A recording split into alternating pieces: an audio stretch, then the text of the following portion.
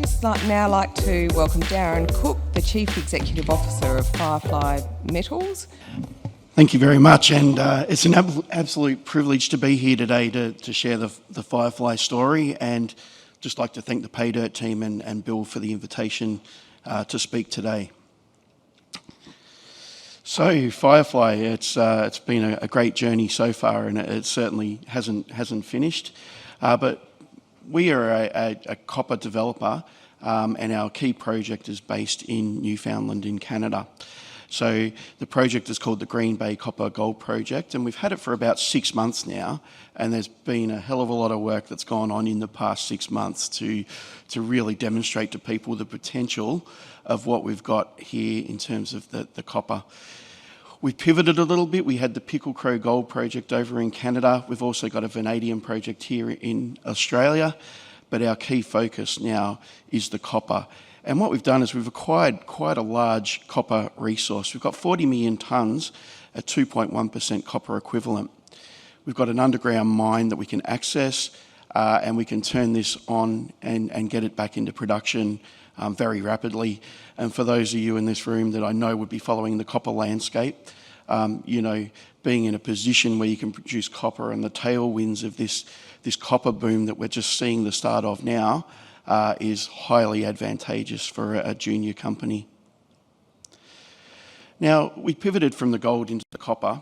It doesn't mean we have forgotten about the gold. There's a lot of gold in our project here in Canada, and we've also got the Pickle Crow deposit. But the thing that really strikes me about the macro copper landscape is just how much copper we're going to need moving forward. And look, I'm a visual person, and I love this picture here. The key takeaway is that we are going to need more copper than has been produced in human history by 2050 to meet all these decarbonisation and electrification demands that have been set by the politicians, So think about that, more copper than has ever been mined in history. And, I know this is a battery metals conference, but at the end of the day, a battery is just a giant chemistry set without copper to distribute the energy. So we need more copper. Copper is going to be the key to this green transition that we need to go through due to climate change and all of those effects. And unfortunately, from a global perspective, the copper mining, and the deposits that we have issues. We're seeing decreasing copper grades, particularly in South America. We're seeing reduced discovery rates. We're seeing these porphyries and these discoveries. There's a long time before you go from discovery through to production. The mining's getting deeper.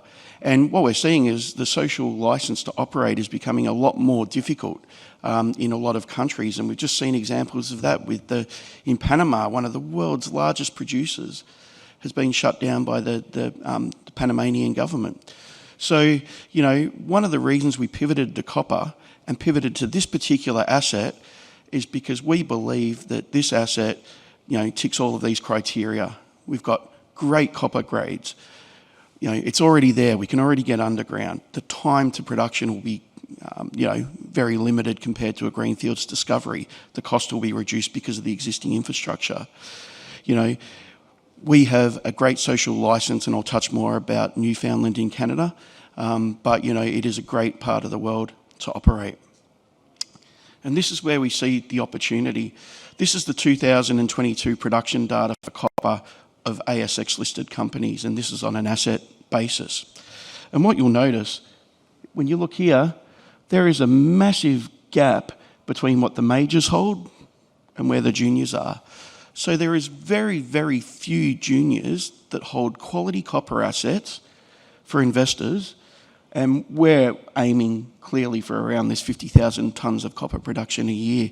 So what we feel at FireFly that we've got is a niche in the market to get up to that mid-level production in the hands of a pure copper junior. And, for investors, if you want copper exposure, a lot of these are owned by your BHPs, your Evolutions, and some of the Rio Tintos, those sort of companies, they're multi-commodity companies. So with the copper, you're going to get the exposure to the iron ore risk. So, we see us as a pure copper gold play at that junior end of the market as a real unique investment opportunity at this point in time.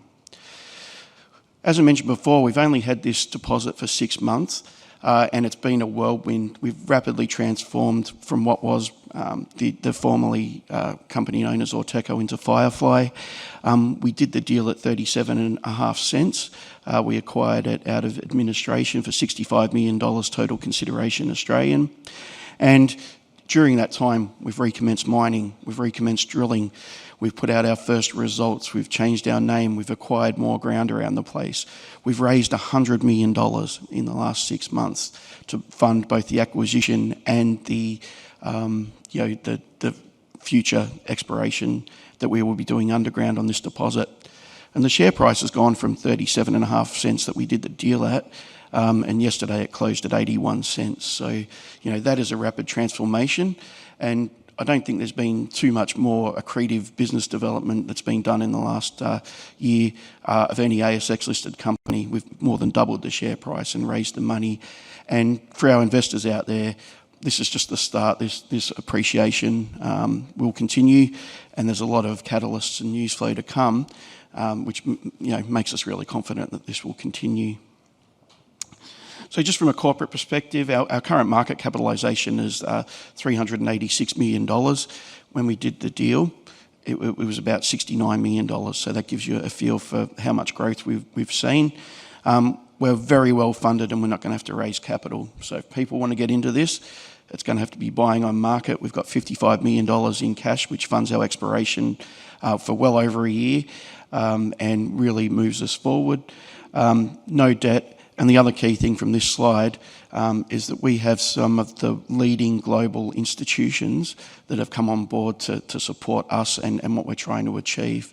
To have someone like BlackRock on board at such a big stake so early in this project is a big testament to the team that we have.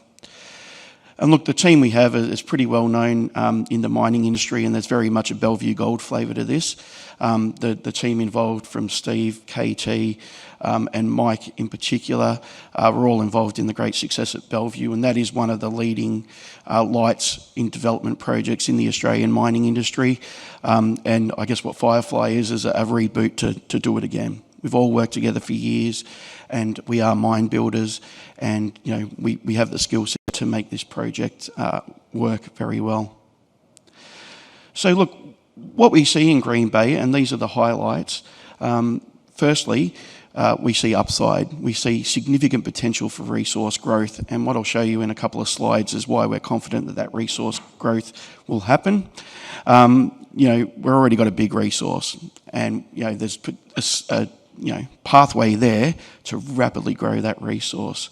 The mine's ready to go. We can already get 950 metres below surface. All that capital's already been sunk.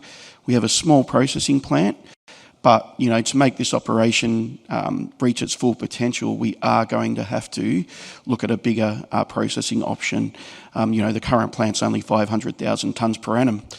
It's 40 million tonne resource, so you don't have to be a rocket scientist to work out that it would take 80 years to process the resource through the existing plant. All the accountants in the room and NPVs and all that sort of stuff, we're not thinking 80 years into the future. We need to bring this up to scale and get it producing a lot quicker. So we are looking at upscaling options for this operation. Great safety culture, social licence, and we've got a really good team on site based in Canada, given we have been operating in Canada for 3 years.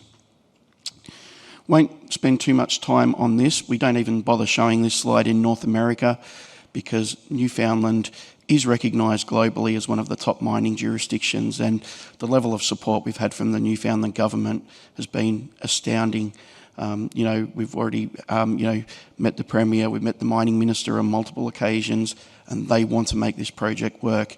The community wants to make this project work, and one of the biggest questions I get in our town hall meetings in the community, and one of the biggest criticisms I get, is why aren't you starting mining sooner?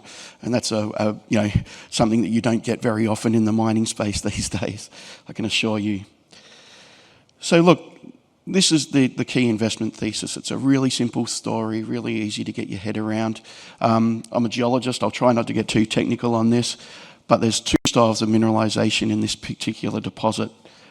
You have this upper zone, which we call a VMS deposit. That is massive sulfides deposited on the seafloor, very high-grade copper and very high-grade gold.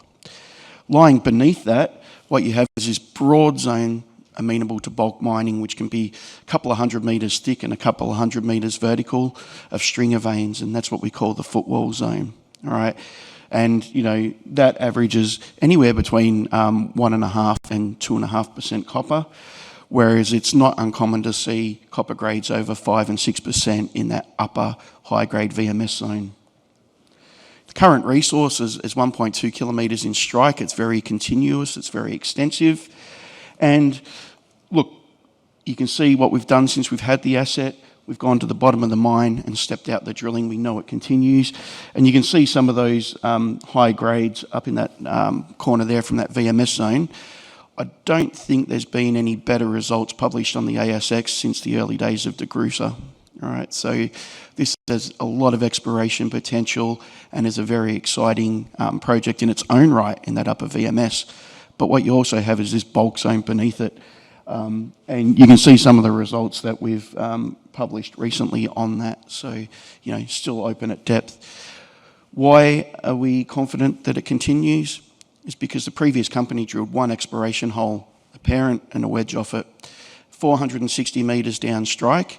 It got a result in that lower footwall zone of 102 metres true thickness at 1.7% copper. The VMS zone, the high grade zone, had 6.3 metres at 5.9% copper equivalent in it. So we know the ore body goes for another 460 metres at the very least and remains open. So our plans, what are we using that money we've raised to do?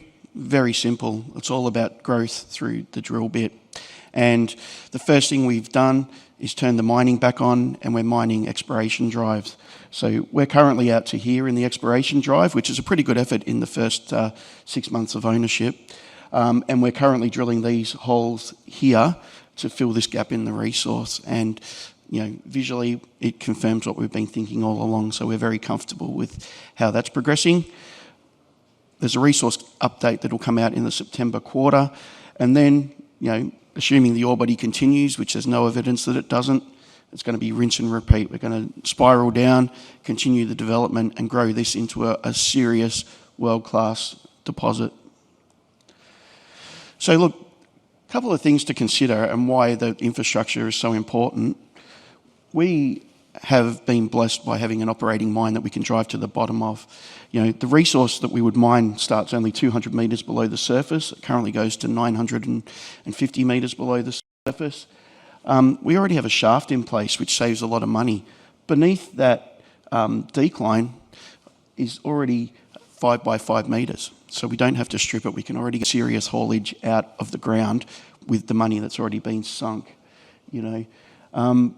The other thing to consider from a geologist's perspective and from a mining perspective is even though 950 metres sounds quite deep in Western Australian terms, which it is. I used to work at Mount Charlotte, I used to work at Kanowna Belle, I know what the ground's like in WA. The regional stresses in Canada means that you can mine a lot deeper because there's a lot less stress in the ground. So, you know, 950 metres in this particular operation is the equivalent of about 400 metres in Canada. And there's a lot of examples of historic mines in Canada that have gone over 3 kilometres deep. So we truly believe that we're still at the start of this deposit and the mining depth is not an issue for us due to those in situ stress conditions. And you can see some of the photographs that I took on site, you know, great ground conditions. That's a 15 metre wide hole in the ground that's been open for 2 years and, you know, perfect ground conditions. And the other thing we have is some cost advantages to help us develop this project. So our mining costs at the moment are only $6,000 a metre for that decline, very much cheaper than what we're seeing in Western Australia. And one of the key things to make a mining project work is power. It's one of your key costs. And the operational advantage that we have in Newfoundland is, A, we have hydro, so we can go green right from the start, which is really important to our company's values. And also we can get it cheap. It's 6 cents a kilowatt hour, which is exceptionally cheap compared to some of the energy prices we're seeing here in Australia at this point in time. So it will give us competitive advantage when we start to develop the project. But look, we believe this is a mineral district, not just a deposit. We see large-scale potential in our ground holding, and what we've done recently is we've just completed a deal with a company called Gold Hunter to pick up another 200 odd square kilometres of ground around the deposit. We picked up most of the key copper-bearing horizons in the district, and there's 3 underground historic mines on the ground that we've just picked up that has had no exploration done on it since the 1980s. Very similar deposit styles to what we've got with the current mine at Green Bay, and we think the potential for discovery is very high. So not only do we have rapid resource growth, the ability to bring it into production in relatively short timeframes, but we have huge discovery potential on the ground as well. So just in terms of the timeline and what we're working towards, this hasn't changed since we bought the deposit. We're drilling, we're mining the decline at the moment. We will have an exploration update out shortly. We're putting them out every 3 to 4 weeks, so the news flow will be continuous. We will have a resource update out in the September quarter. We're adding at least another 500 metres of strike in our view to this deposit, so I won't put a target on it. You guys can do the math on that. We're expecting it to be a significant update, and then move forward towards the mining studies and see some clarity on that early in the new year. So very catalyst rich, and look, thank you for your time today, and once again, thanks Paydirt for having us here at this presentation. Thank you.